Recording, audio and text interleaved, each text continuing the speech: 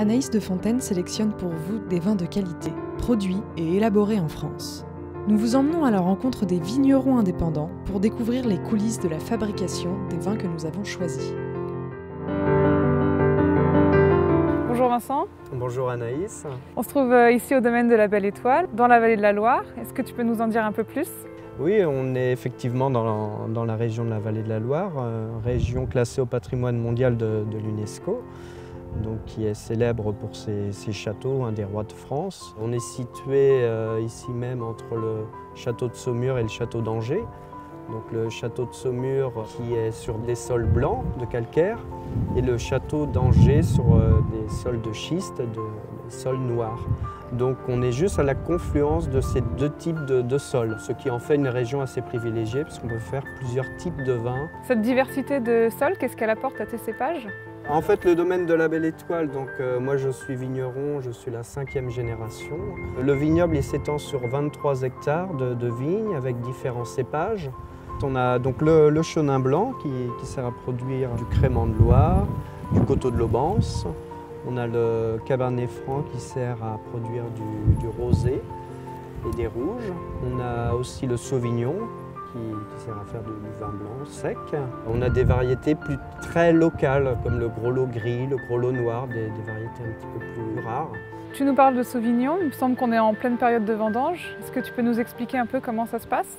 Alors les vendanges déjà c'est une seule fois par année, à l'automne. Souvent c'est vers le fin septembre, début octobre. Une fois l'été passé, tous les raisins se gorgent de sucre.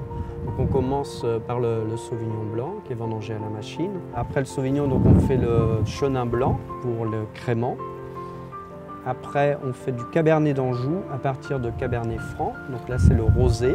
Puis vient ensuite les rouges. Donc on attend que les cabernets soient bien mûrs. Et ensuite, le petit dernier, c'est le coteau de l'Aubance. Donc là, c'est vraiment des tris successifs. On attend que la vendange soit très mûre. La surmaturation. Donc il commence à faire très froid, des fois de octobre jusqu'au mois de novembre, des fois, pour obtenir ce vin si particulier, si typique de la région. Tu nous parles de crément. Quelle est la différence entre le crément et le vin traditionnel?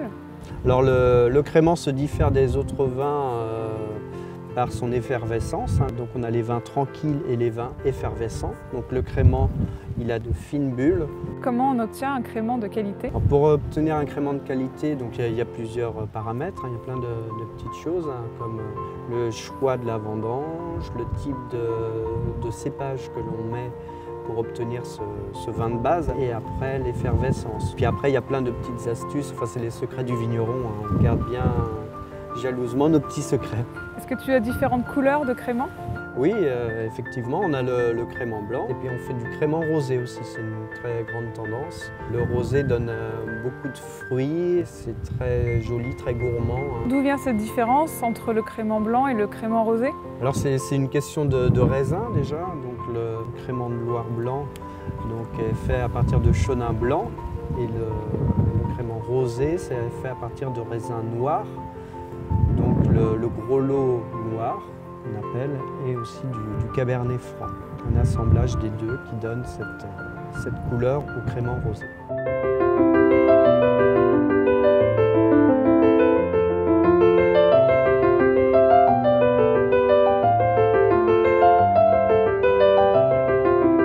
Une fois les vendanges terminées, quelle est la suite du travail?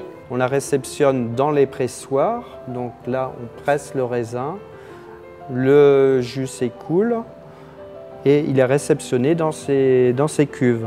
Après s'opère la fermentation alcoolique. Donc les levures commencent à dégrader le sucre se transforme en alcool. Il y a une montée de température naturelle. Donc nous, on veut contenir cette température, donc on a une maîtrise des températures, ce qui permet de garder les arômes des vins pour avoir plus de richesse aromatique. Et le vin reste combien de temps dans ces cuves? Ça peut prendre d'une semaine à 15 jours, 3 semaines. Quelle est la température idéale pour conserver au mieux les arômes du vin? Après, ça dépend du profil de vin qu'on veut, mais c'est souvent entre les 16 et 18 degrés à peu près. mais pas au-delà parce qu'on perd le potentiel aromatique, hein, c'est volatile les arômes. Donc le fait de garder la température, on maîtrise aussi la fermentation, elle se ralentit et elle garde tout le potentiel qu'on a acquis de la vendange jusqu'à la cuve. Comment tu obtiens ces bulles si fines pour le crément? Alors le crément, c'est la même méthode, hein. On le fait fermenter, on le remet en bouteille et on remet des levures à l'intérieur de chacune des bouteilles avec un petit peu de sucre de façon à provoquer une seconde fermentation alcoolique. Les bouteilles sont sur latte, allongées, couchées. Donc le lit de levure nourrit le vin, ce qui provoque la fermentation alcoolique, et donc la formation de petites bulles. Merci beaucoup Vincent pour ton accueil et pour nous avoir fait visiter ton domaine. Bon Anaïs, je te propose qu'on fasse une petite dégustation maintenant des vins du domaine. Très bien.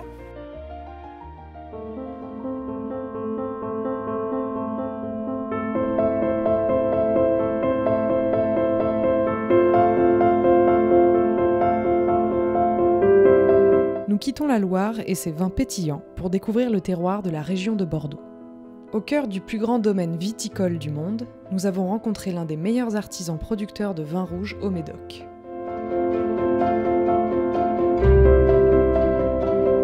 Bonjour Eddy. Bonjour Anaïs. On est ici au château des Bareilles. Est-ce que tu peux nous parler un petit peu de ta région? La région, donc on est dans le Haut-Médoc, c'est dans la région Aquitaine, qui est située entre l'estuaire de la Gironde et l'océan Atlantique, qui forme un microclimat, donc avec des terroirs argilo-graveleux, qui est parfait pour les cépages du Haut-Médoc. On est dans un domaine qui a une superficie de 50 hectares, où on a tous les types de terroirs que peut posséder la commune. Donc sur les hauts de Verteuil, on est sur des graves un peu sableuses, et sur les bas, on est sur des argilo-calcaires qui montent un peu la puissance du vin, et sur les cabernets et les merlots qui donnent un peu la puissance. Voilà. Donc ici, on a 60% de merlot. Il y a en gros 35% de cabernet sauvignon, et après on a 5% de petits verre d'eau. Est-ce que tu peux nous expliquer le processus de fabrication du château des Bareilles? Donc la vendange démarre bien souvent en fin septembre. Ce qui nous détermine la date de la vendange, c'est des prélèvements qu'on fait sur le raisin. Quand on a un taux de sucre à 12, 12,5, 13, on peut commencer à vendanger. C'est une vendange à la machine. La machine ramasse le raisin et après ça arrive au chai. Au chai, il y a un autotrieur avec 6 personnes derrière qui trient la vendange pour pas qu'il n'y ait plus de corps étranger qui peut traîner dans la vendange. Après, ça s'est remonté en cuve.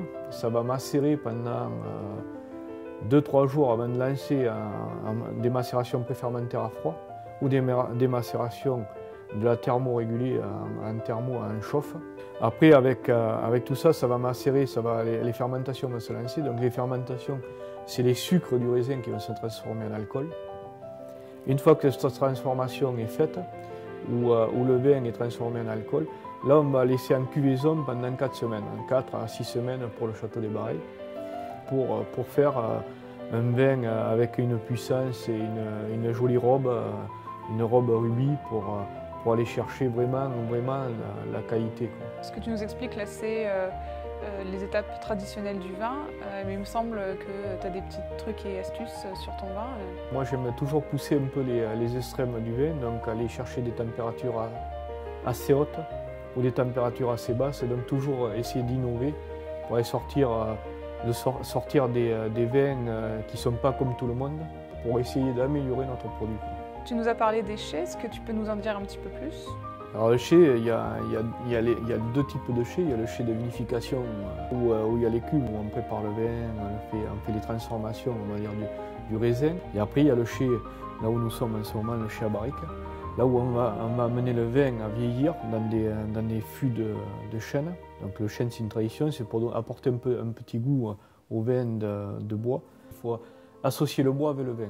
Les Hauts-Médoc sont des vins de garde, donc qui vont durer jusqu'à 20 ans, voire 30 ans. Mais la barrique sert à favoriser un vieillissement du vin, en fait. Il y a des micro-bulles d'air qui vont rentrer à travers le bois, qui vont passer.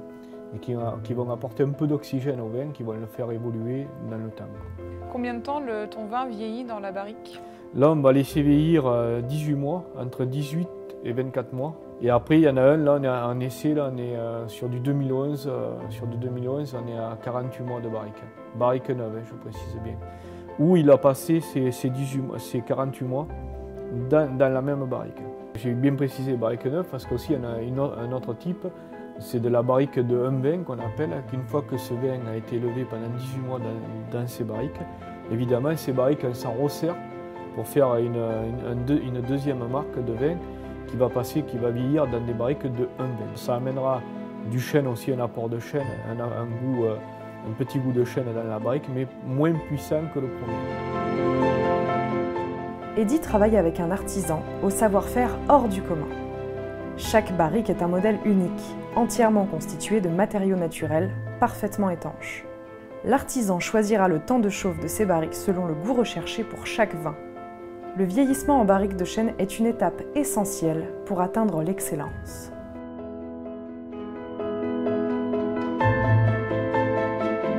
C'est avant tout un métier de passion, quoi. Pour aller chercher vraiment la qualité, aller chercher le fruit, connaître son raisin. Après, c'est un gros travail, c'est pour arriver à faire un produit comme on fait là, c'est connaître les parcelles, connaître le raisin, comment va se comporter ce parcelle au bout de tant de temps. Il y a plein de choses qui rentrent en jeu, quoi, plein de choses dans la vinification. C'est vraiment une passion avant tout. Nous en savons désormais plus sur le savoir-faire des vignerons français. Et c'est pourquoi Anaïs de Fontaine s'engage à vous faire découvrir à travers sa sélection un panel des meilleurs vins français.